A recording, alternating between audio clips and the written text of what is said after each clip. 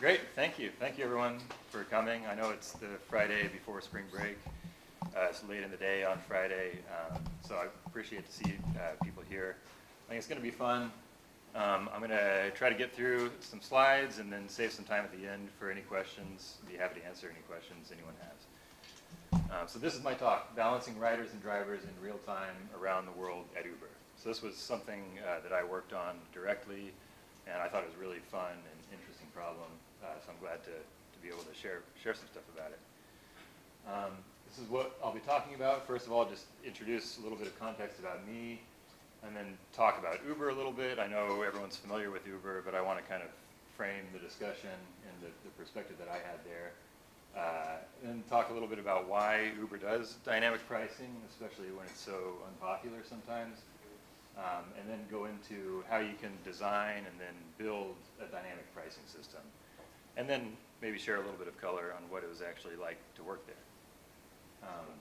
So let's do it. This is my background. I'm from Oklahoma originally and studied civil engineering at the University of Oklahoma, and then came out here for a master's about 10 years ago. The motivation for coming here was summer that I spent in New York City in 2006. So I had a pretty good experience in New York City taking the subway. And that was something I had never experienced in Oklahoma. And it kind of blew me away how easy it was to get around the city. You can just go underground, pop up somewhere else, and explore different neighborhoods. And I thought transportation systems are really powerful and interesting.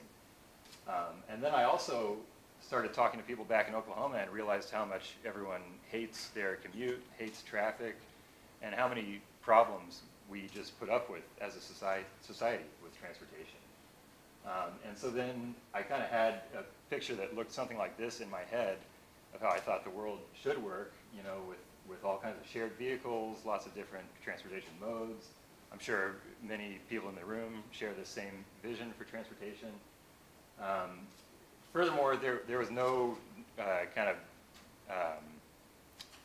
change from a computer perspective in transportation. So from a driver's perspective, this was in 2006.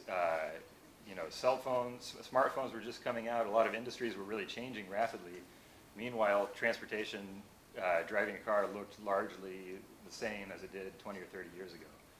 So it seemed like a big opportunity for me to kind of change the world, work on an interesting problem, and that brought me here to UC Berkeley. I'm still working on that. But this is what I've been doing in the last 10 years. So while I was here, I worked with a PhD student, Jerry Asinat. We made an iPhone app called Bay Tripper, and this was the first real-time transit routing app ever in the world. I think it was still the only real-time transit routing app for a few years. I learned how to build iPhone apps doing that. I also worked for a company that at the time was called Cabulous and is now known as Flywheel. This was an early competitor to Uber. So we built real-time vehicle tracking, web-based dispatch systems, and tried to go give this to the taxi industry. After that, I left and joined a company called Berkeley Transportation Systems. I'm sure many of you know about PIMS. So I got to work with PIMS and do transportation consulting, help analyze transportation data, write reports for the government, and work with this interesting system. After that, I left and joined a company called Automatic. So this was nice for me. This was a reunion between me and Jerry, who I worked with on Bay Tripper. So Jerry had meanwhile gone to start a company called Automatic, and I joined to build the iPhone app. So this was an app with a hardware device that plugs into your car's OBD port and basically connects your car's computer to your smartphone over Bluetooth Low Energy.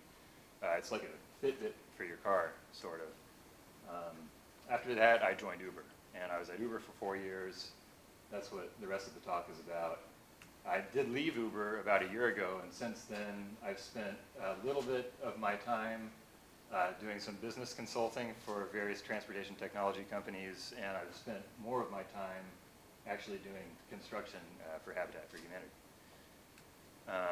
also, just on a personal level, I like to play music. I've played the bass guitar in rock bands since I was 12, and I also like Frisbee a lot. So that's me. Now, a little bit about Uber. Here's a question: is Uber a taxi company? The answer is no, it's not. That's from the legal department. Is it a tech company? A lot of people think so. I think Uber itself thinks of itself as a tech company. But I would argue that it's really a logistics company because its job is moving people and packages around cities. Uber is also a company that has changed a lot. And so I'll share a little bit of context about how Uber grew during the time I was there. In 2014, early 2014 when I joined, it was in 67 cities. That expanded to almost 900 cities in the 4 years. It opened in a lot more countries. That took a lot of work on things like localization, internationalization. It also meant that we could have emergencies coming up at any time of day. You know, it could be nighttime here, surge could be down around the world, and I'd have to wake up and fix it. These numbers are all publicly available, but yeah, the number of active riders and drivers also grew tremendously. I think this is, as of 2008, Uber had about 75 million active riders around the world and 3 million active drivers. So this just kind of shows you some of the scale of Uber. This was a big engineering challenge to support this kind of growth, especially as the actual employees of Uber didn't grow nearly this fast. For example, drivers ping the Uber server every 4 seconds, and the rider and driver experiences both break without real-time, low-latency data. So we had to build engineering systems to kind of serve all these customers constantly. And then, yeah, finally, employees grew, and then the number of cumulative trips, Uber has passed 10 billion trips, I think, late last year. Each one of those trips requires a price, and that price has to be set fairly and has to be auditable. And so that's kind of what this talk is about. The features also changed. So I don't know, many people here were using Uber in 2004, but it looked something like that. It looks a lot different now. It requires destination entry, has upfront pricing, cash payments. They don't do the ice cream or kitten delivery anymore, I don't think. The app even has scooters and public transit information now. The driver's side maybe something people don't see as much, but the driver's side changed quite a bit as well. So drivers can get paid out instantly for the time that they work. They get personalized positioning recommendations. They can be tipped, and they have a lot more information about their earnings and how they're doing throughout the week. The company also in those 4 years started pursuing some big new efforts. So they started a big self-driving car project. They have Uber Freight now, where they match truckers with shipments that need to be made. There's the Uber Elevate group that works on vertical takeoff and landing vehicles. And then Eats, of course. And then there's also a big maps organization where Uber has built their own in-house full-stack mapping technology. None of that existed when I joined. And then this is kind of my perspective within Uber. So I worked in the marketplace organization, and this talk is kind of has a marketplace focus.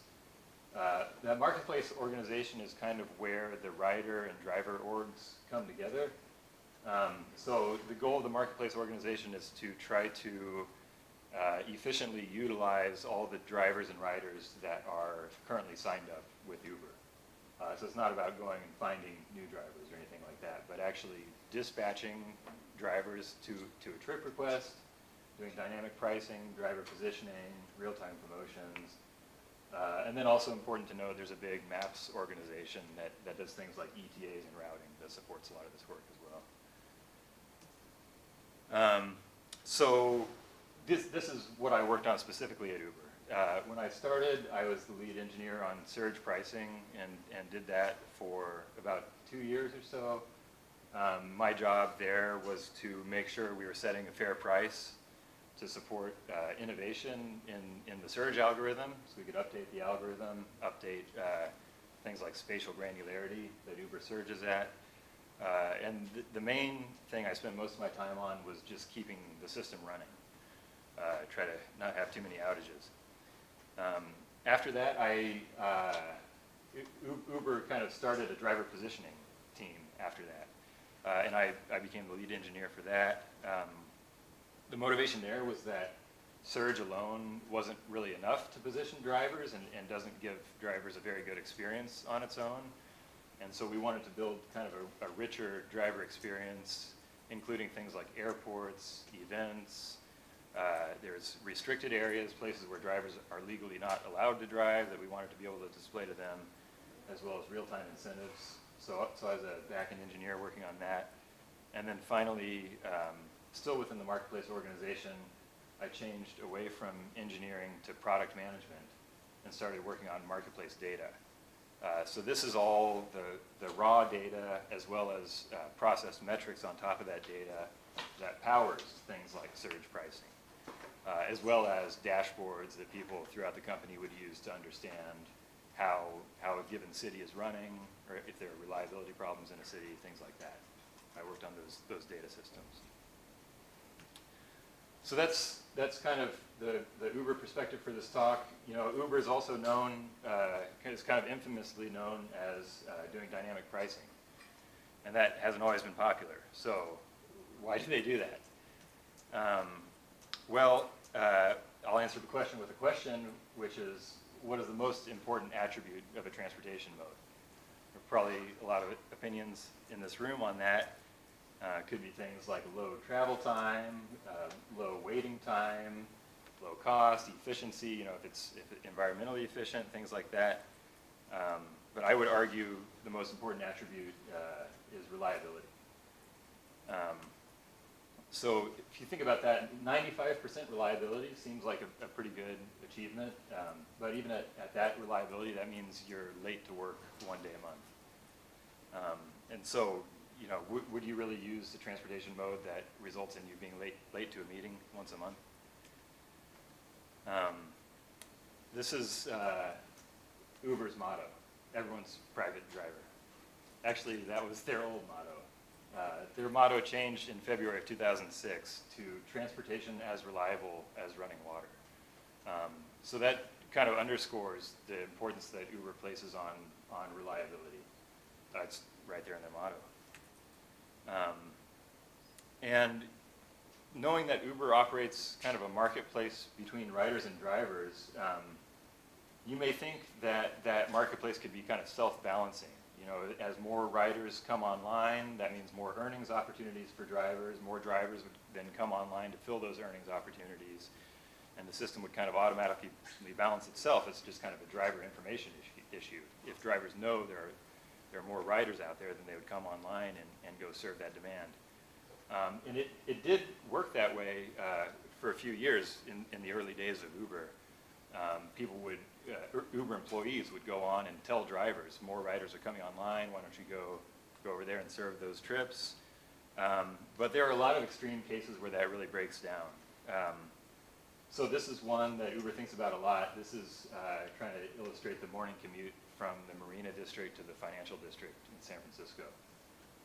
So that's a really hard job, to get a lot of people from one neighborhood to another all at the same time. You could also think about something like airports, special events. You know, you have a Warriors game ending. All those people need a ride all at once. They need that ride reliably. That, you know, they're probably counting on that to get home. And even beyond all that, it's a limited area for cars even to get in and out of. Or then a place that's maybe sparsely populated, like the suburbs. You know, if you open the Uber app expecting to go get a ride to dinner and you see that the nearest driver is half an hour away, you're going to be pretty unlikely to try Uber the next time. There are a lot of other situations that make reliability challenging that I got to work on as well that aren't really directly related to price, like places where credit card penetration is low, require cash payments in order to make rides happen. Or in China, they have a kind of shifted GPS system. And so if you trying to go to your pickup location and it's not on the map where you think it is, then that's, in a sense, that's a reliability issue. Um, so Uber operates a two-sided marketplace between riders and drivers. We have riders out there who want rides at different locations around a city. Drivers who are offering rides, they're also distributed around a city. And these rides need to be matched in real time. You know, people don't want to wait a long time to get their ride. So that matching happens through price. Agreement on price between riders and drivers is really the mechanism that facilitates a transaction. So in those extreme cases that I was talking about in the last slide, those can really be solved if you set prices such that additional supply will come online at that location, or supply that is already online will stay online or reposition to that location. And that means that the driver is doing something that they wouldn't normally do. Maybe they don't want to do. They didn't want to work that day, but there's excess demand, and so it's a price change that facilitates that trip to happen. Price is critical. It ensures for drivers that they're paid well for their time. Like I said, if they had to go out of their way, they want to be compensated for that. That happens through price. Price on the rider side kind of determines engagement and uptake with the service. So if riders feel like this is a great deal for them, they're going to be more likely to use it more frequently. And then there's a third side to the marketplace, actually, which is the brokerage side, Uber's side, and price obviously plays a role there in determining revenue. So it's really an important thing to get right. There are a lot of ways you can come up with a good price. Dynamic pricing doesn't have to be your first thing that you jump to. So another option, you could have an auction. That's a good way to determine price if you're in a situation where buyers have really the best information about the value of what's going on in your system. eBay is an obvious example to that. You could also have a price aggregator. So if your sellers know more about what the price should be, you could use price aggregator. Booking.com uses such a system. It wasn't necessarily a foregone conclusion that Uber would do dynamic pricing.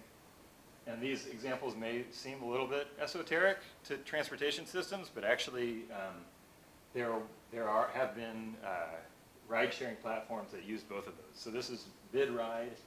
You can see they wrote right on the side of the car, no surge pricing, because people would bid to set the price.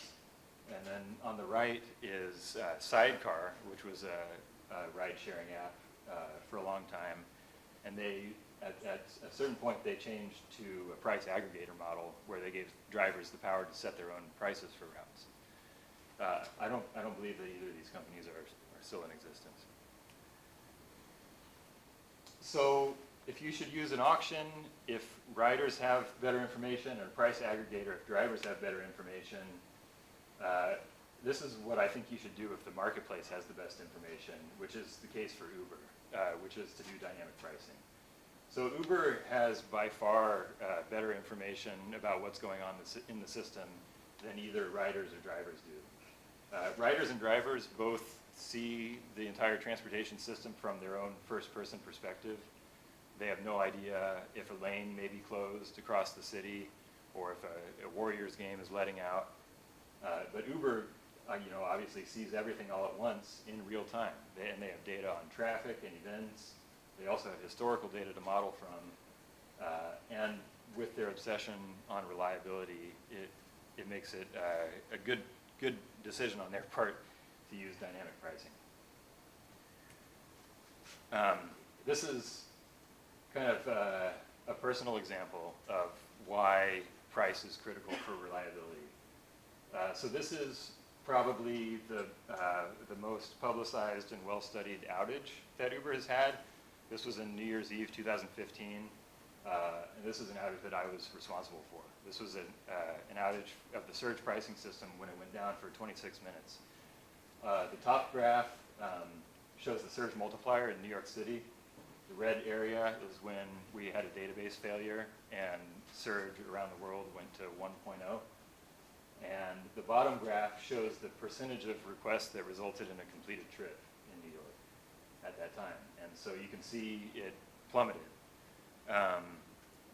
When this happened, we saw immediately drivers started going offline. A huge amount of drivers were going offline because it wasn't worth their time anymore to serve non-surge trips around midnight on New Year's Eve. They also saw the lack of surge and interpreted that as a signal that demand was weakening and maybe all the parties were ending. On the rider side, of course, when surge ended, people saw that as a great bargain and started making plans to go home, try to request a ride, and then had a really bad experience when they weren't able to get a completed trip out of it.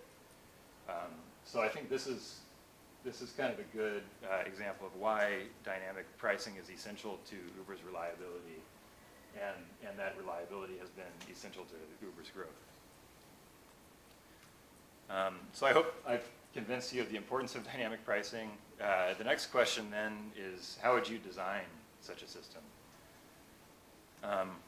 So we can start by thinking about a driver's activity in the system. So this is a simple state machine that Uber uses to model drivers. They start out in the open state where they're waiting for a trip, then they receive a dispatch and start driving to go pick up their passenger. That's the en route state. And then the trip ends, or so they pick up the passenger, they're on trip, and then the trip ends, they go back to the open state.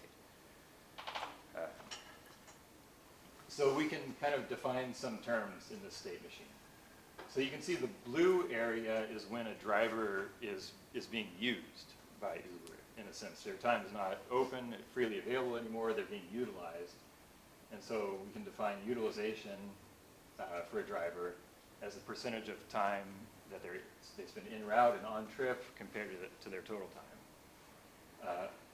We can also think about an individual trip. So for a driver, it's really a bad experience if they have to drive all the way across the city and pick someone up and take them a very short distance.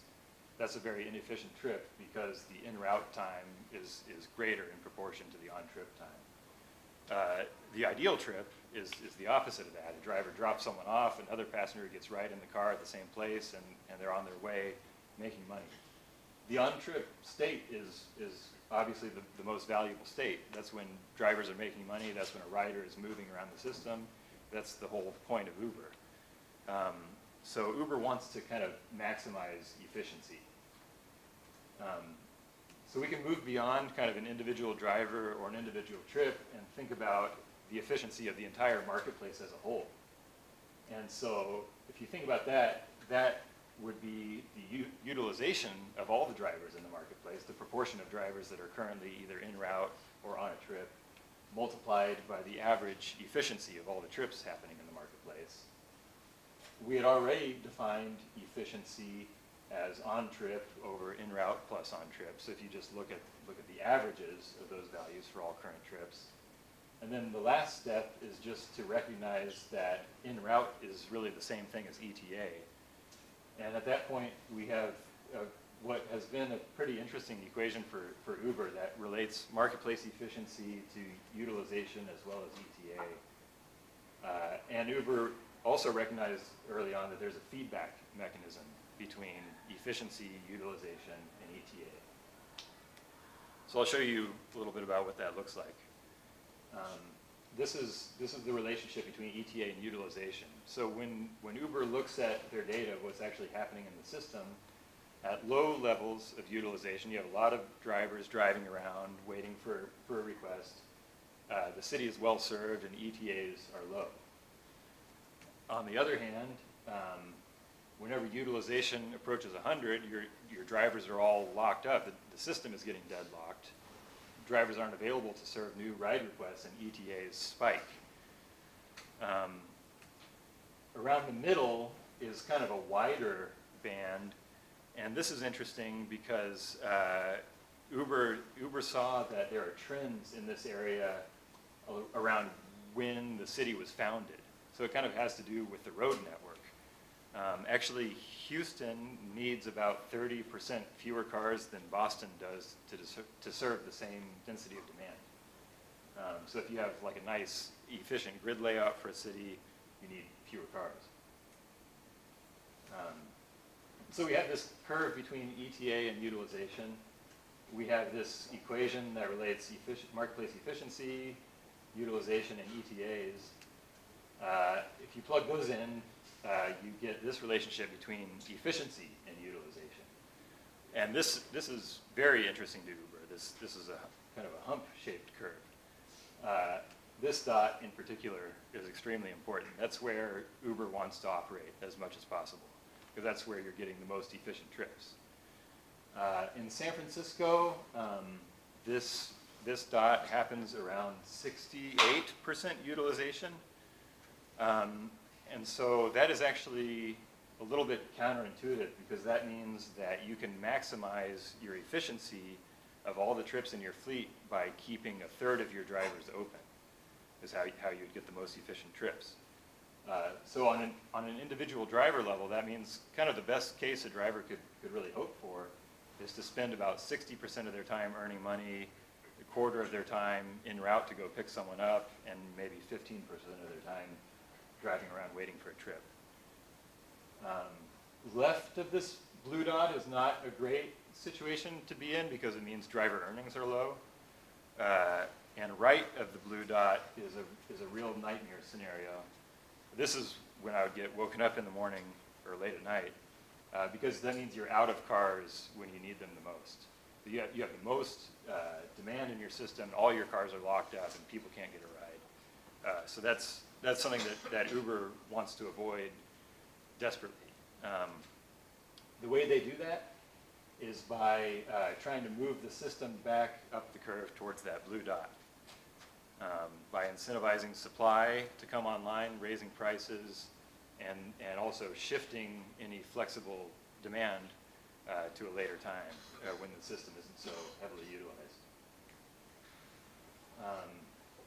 This is how they do that. So this was Uber's dynamic pricing algorithm around 2011.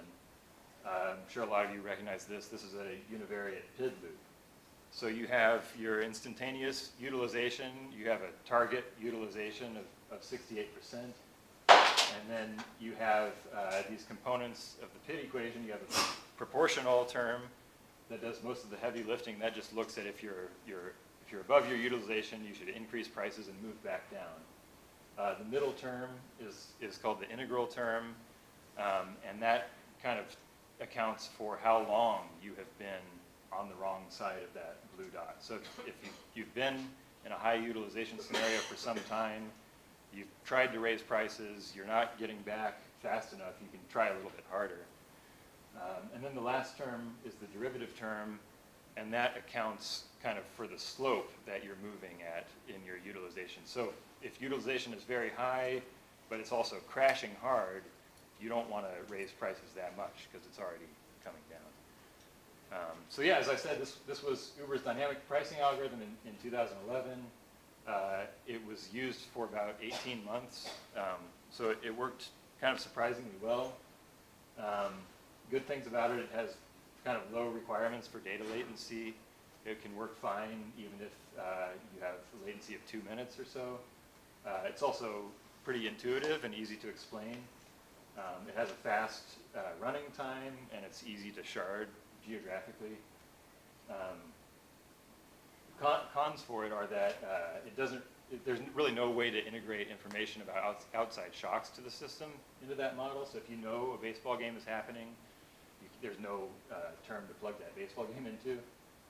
It also requires fairly large amounts of data, which was a challenge for Uber early on in new cities. And then the biggest con is that it's really almost a criminal oversimplification of the system, given how much real-time data Uber has on price impressions, predicted demand, existing supply, planned supply. The marketplace is not, can't really just be boiled down to utilization. There's really a lot more going on, and Uber has that information, so it makes sense to have a more sophisticated surge algorithm. And that's what they did after the PID loop algorithm. They've moved to more of a marketplace value approach. And the approach there is that they can kind of independently model and optimize the three sides of the marketplace. So when setting a price, you have an opportunity to present a bargain to riders and increase engagement, like I mentioned earlier. You also have an opportunity to kind of build trust and engagement as well with drivers and fairly compensate them for doing something that they didn't otherwise want to do. And then on the brand side, you have an opportunity to try to make a little profit or maybe not based on your company strategy at that time and location. And so you can, as I say, you can independently model and optimize each of these and come up with a price that way. What I haven't talked about yet is what spatial granularity you would do that at. So in the beginning, on the left, Uber would surge on an entire city all at once. That didn't last very long. That was just kind of a quick and dirty approach to getting dynamic pricing and solving this utilization problem. They pretty quickly moved to this middle screenshot, which is kind of a neighborhood approach. And that's good because it let drivers see kind of more local information about where the demand is.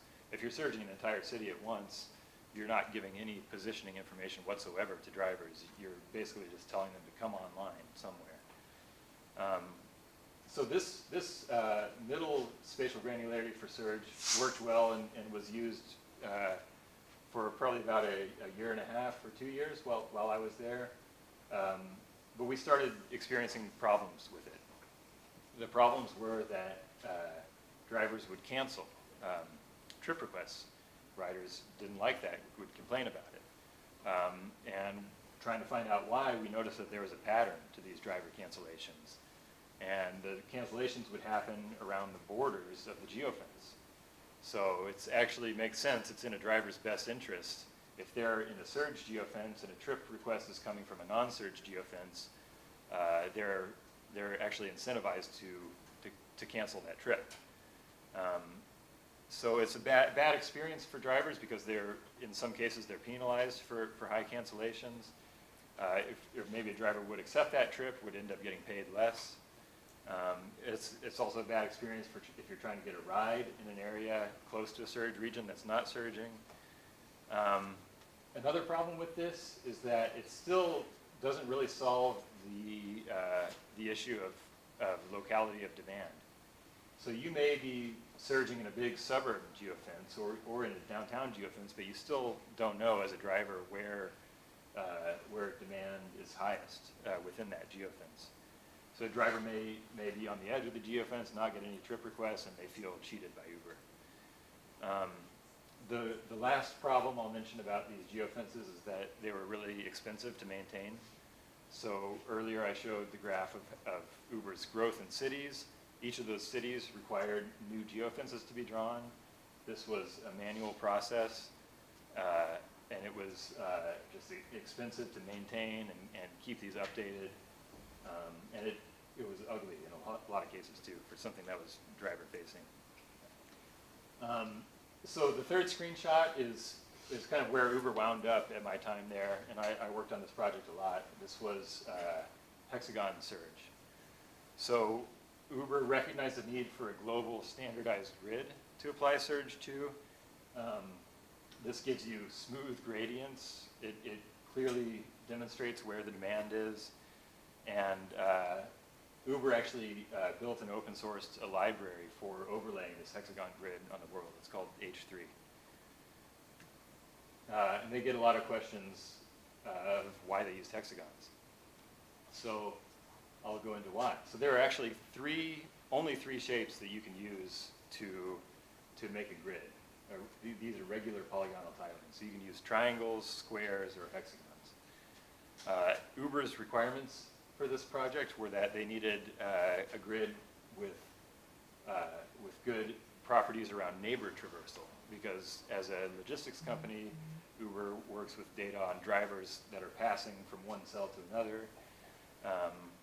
Those cells also need to be easily subdividable, so you can shard data from one data center to another, or run analyses that scale up and down.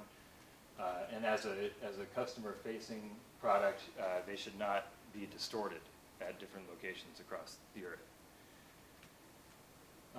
So neighbor traversal was the big advantage for hexagons. If you look at a triangle grid, there are actually 3 different types of neighbors. You have edge neighbors, vertex neighbors, and then kind of adjacent vertex neighbors. And those neighbors are all different distances away. So if you're trying to write a surge algorithm that smooths across a grid like this, or that accounts for movement between cells of this grid, it makes the math a lot more complicated to have different types of neighbors like that. And it's a similar problem with the square grid. You have both edge and vertex neighbors. A hexagon grid only has one type of neighbor. They're all the same distance away. Hexagons also have 6 edges, obviously, so you have more kind of degrees that you can pass through to get to a neighbor. So that was really appealing for Uber. On subdivision, the triangle grid can't be subdivided. The square grid subdivides perfectly, and the hexagon grid subdivides what we call acceptably close with a known error. So you can subdivide a hex grid into a smaller set of hexagons if you take the area of that original grid and divide it by 7, because you're putting 7 hexagons in the smaller hexagon. That gives you, sorry, in the bigger hexagon, that gives you equal area that you're working with. And then furthermore, if you rotate those hexagons about 19 degrees in alternating directions as you subdivide down, you get approximate, you get the same shape approximately. So that was acceptable to Uber. The last consideration I mentioned was the distortion on the grid. So S2 is a popular square grid library. It's maintained by Google. H3 I mentioned is Uber's open source hexagon library. And these are 2 hexagons at 2 different Uber headquarters, one in San Francisco and Amsterdam, and then the corresponding S2 cell. So you can see there's quite a bit of distortion. And this cell is supposed to be a square in San Francisco, and it doesn't look that way. So that's why Uber uses hexagons. So now we have a surge pricing algorithm. We have a spatial kind of resolution to work with. And I'll talk a little bit about how to build it, which is a big engineering challenge. So you have to have a data pipeline that takes data from all the rider and driver apps, processes it, and makes it available for other applications to calculate things like a surge price. So the first layer is the events layer. Uber has hundreds of types of events, billions of events a day. Requirements for this layer are that events have to be available in milliseconds to their consumers, has to have high throughput, no loss of events whatsoever for auditability reasons, and those events have to be consumable by many different applications. So Uber used an open source Apache project called Kafka for that part of the stack. In the processing layer, this layer's job is to kind of transform this raw data into actual metrics. So how much open time is happening in this hexagon. Has to aggregate all the events to hexagons, has to be able to restart jobs if a server goes down, has to be able to keep long running streams of data open up to an hour to be able to create rider and driver sessions, because that's how long rider and driver activity can last in Uber. And then join multiple data streams. So Uber uses another open source Apache project for that called SAMZA, or they used SAMZA originally. They later moved to Spark streaming and Fleet.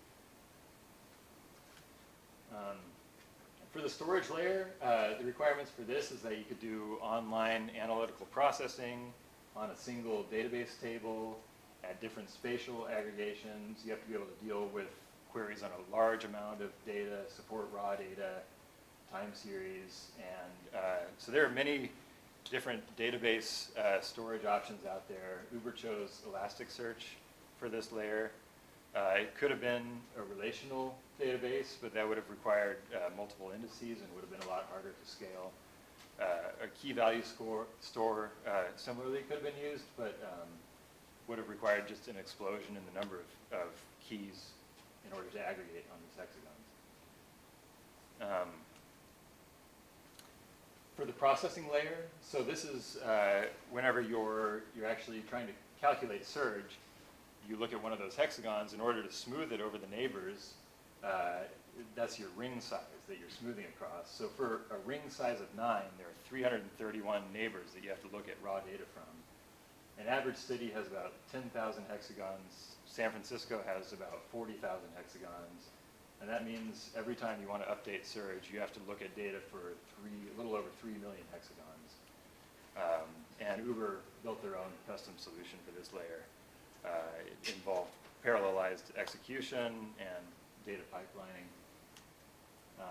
The last layer here is how applications actually access all this data. So the query layer had to be human friendly. It had to have timeouts and error responses and things like that.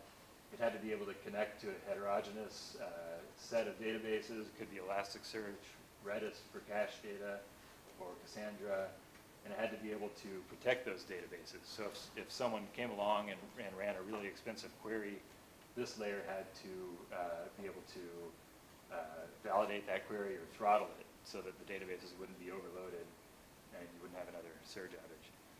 So this was also a custom solution.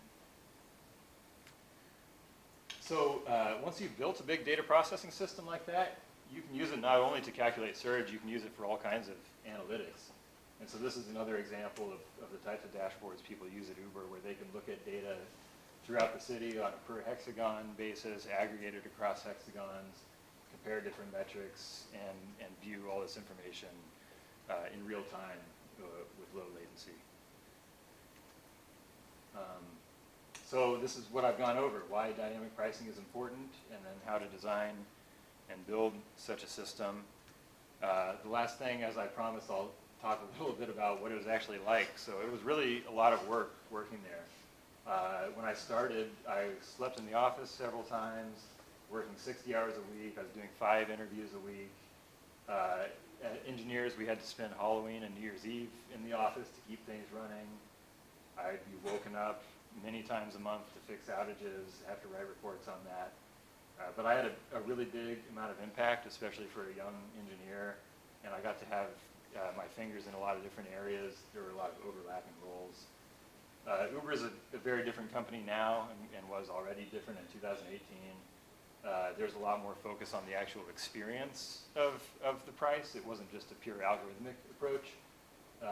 The engineering infrastructure is infinitely more sophisticated, supports experimentation, a lot of cool deployment things you can do when you're deploying new code.